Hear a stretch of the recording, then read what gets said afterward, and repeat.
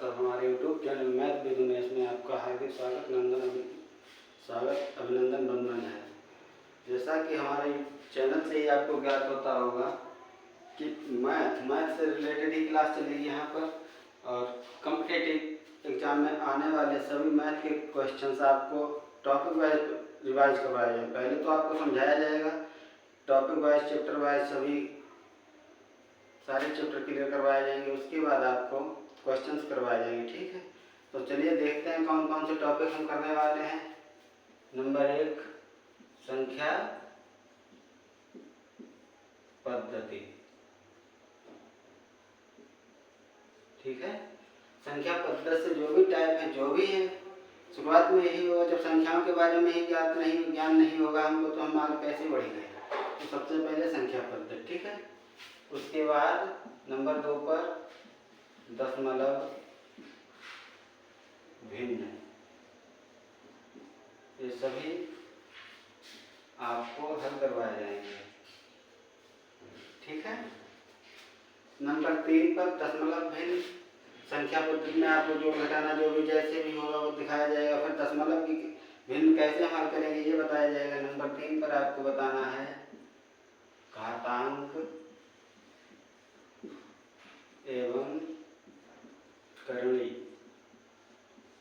घातांक करणी मतलब घात वाले अंकों को कैसे जोड़ेंगे, कहाँ गुणा होगी, कहाँ भाग होगा, या करणी दे रखी है तो कैसे क्या सॉल्व किए जाएंगे, वो सारी चीज़ें आपको बताई जाएंगी। ठीक है, इसके बाद बात आएगी सरलीकरण। एक समीकरण दे रखी होगी, उसको सरल करना है, कैसे करेंगे। ठीक है, नंबर 5 पर आएगा लासा एवं मासा। लासा मासा इतना नहीं, अगर इनका ज्ञान हम ये 4 चैप्टर जो है ना, यही ज़्यादा टिपिकल पढ़ेंगे आप सबके लिए, समझाएंगे अच्छे से समझने की कोशिश कीजिए। अगर ये 4 चैप्टर समझ में आ गए तो पूरी मैथ में कहीं कुछ नहीं है। ठीक है, नंबर प्रतिशतता।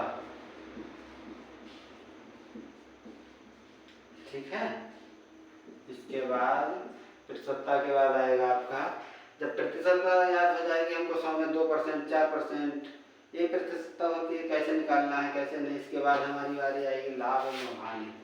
जब हम प्रतिशत जानते होंगे तभी तो लाभ हानि ज्ञात करेंगे, कितने % लाभ या हानि हुई है। सब टॉपिक वाइज होगा, एक दूसरे से सारे रिलेटेड ही है। ठीक है, मैं इतना पसीना बहा रहा हूँ आप सबके लिए, तो आपका भी कुछ फर्ज है लाइक सब्सक्राइब और शेयर करने का।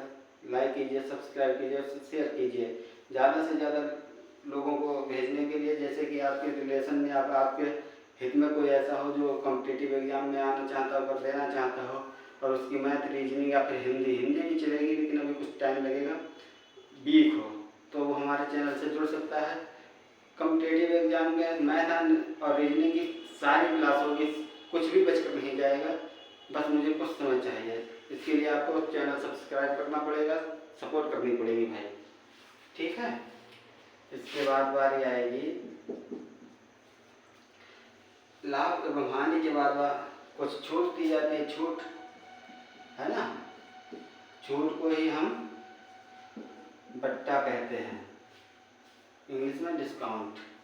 कभी कभी बोलता है कि 10% बट्टा देने के बाद भी 10% लाभ हुआ, इस तरीके से क्वेश्चन आते हैं। वो सभी दोनों से ही रिलेटेड है, ये इससे रिलेटेड है, एक दूसरे से सभी रिलेटेड है। ठीक है, अंक में डाल लेते हैं नंबर यहाँ 9। 9वें नंबर पर आपका रहेगा अनुपात एवं समानुपात। अनुपात एवं समानुपात। ठीक, अनुपात समानुपात एक जैसे बहुत सिंपल चैप्टर हो जाएंगे, जब हम पढ़ाएंगे आपको बहुत अच्छे से समझ में आएंगे।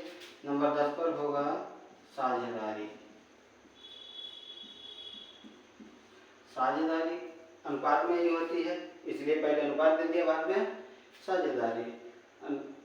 किसी का 1 अनुपात होता है, किसी का 2 अनुपात होता है, जैसे जो निवेश करता है उसकी उसी अनुपात में साझेदारी हो जाती है। ठीक है, साझेदारी के बाद यहाँ 11 नंबर पर रहेगा कार्य एवं समय।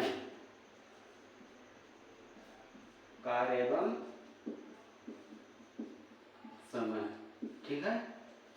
कार्य समय, कितने कार्य में कितना समय, कितने समय में कितना कार्य के कितने व्यक्ति हैं, ये सभी चीजें आपको ज्ञात होंगी। इसके बाद बारी आएगी मिश्रण की। मिश्रण में कौन चीज कितने, ये मिश्रण और अनुपात समानुपात, मिश्रण अनुपात एवं समानुपात से रिलेटेड है, इसलिए अनुपात समानुपात को अच्छे से समझिएगा, आगे हो जाएगा, ठीक है। इसके बाद बारी आएगी नंबर 13 पर, पाइप एवं टंकी, ठीक है ना। कार्य समय पाइप टंकी एक जैसे ही है। नंबर 14 पर रहेगा आपका साधारण ब्याज। जब साधारण ब्याज ज्ञात होगा हमको कि साधारण ब्याज क्या होता है, तभी तो हम किसी पर चक्रवृद्धि ब्याज लगाएंगे। इसके बाद आएगा चक्रवृद्धि ब्याज, है ना, ठीक है। और चक्रवृद्धि ब्याज के बाद नंबर 16 पर रहेगा आपका आयु संबंधी कुछ प्रश्न आते हैं।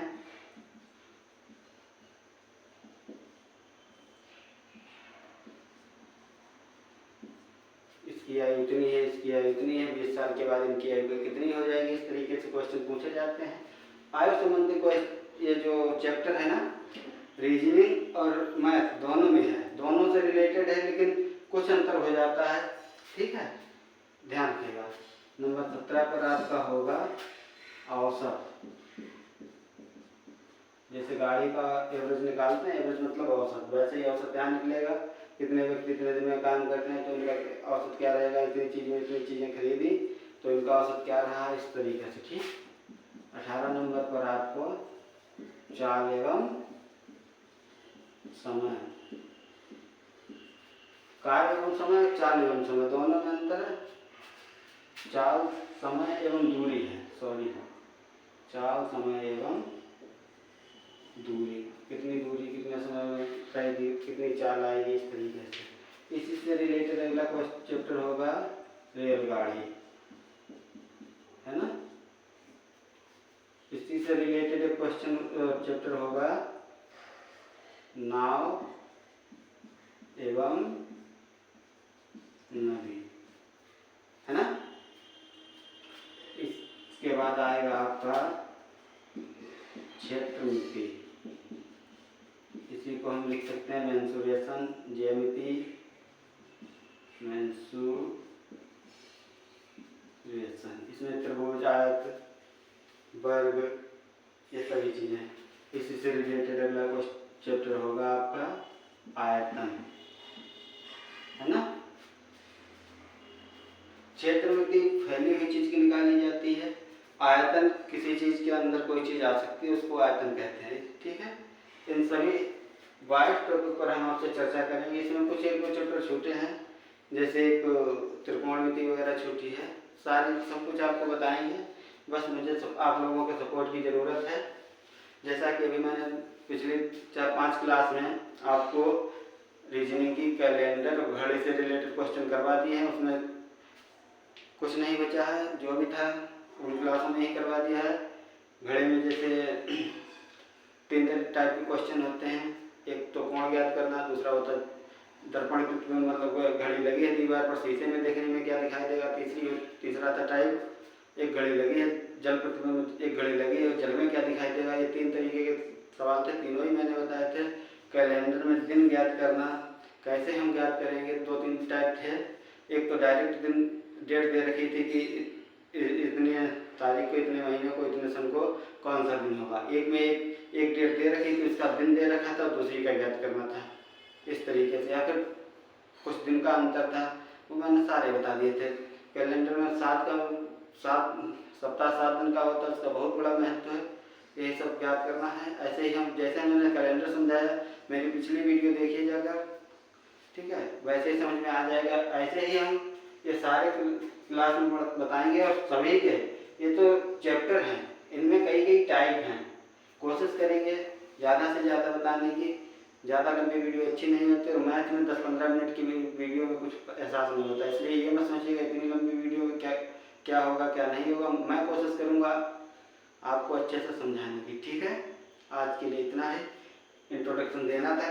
कल से हम यहाँ से शुरू करते हैं, तो मिलते हैं अगली वीडियो में, अगली क्लास में। चलिए ठीक है।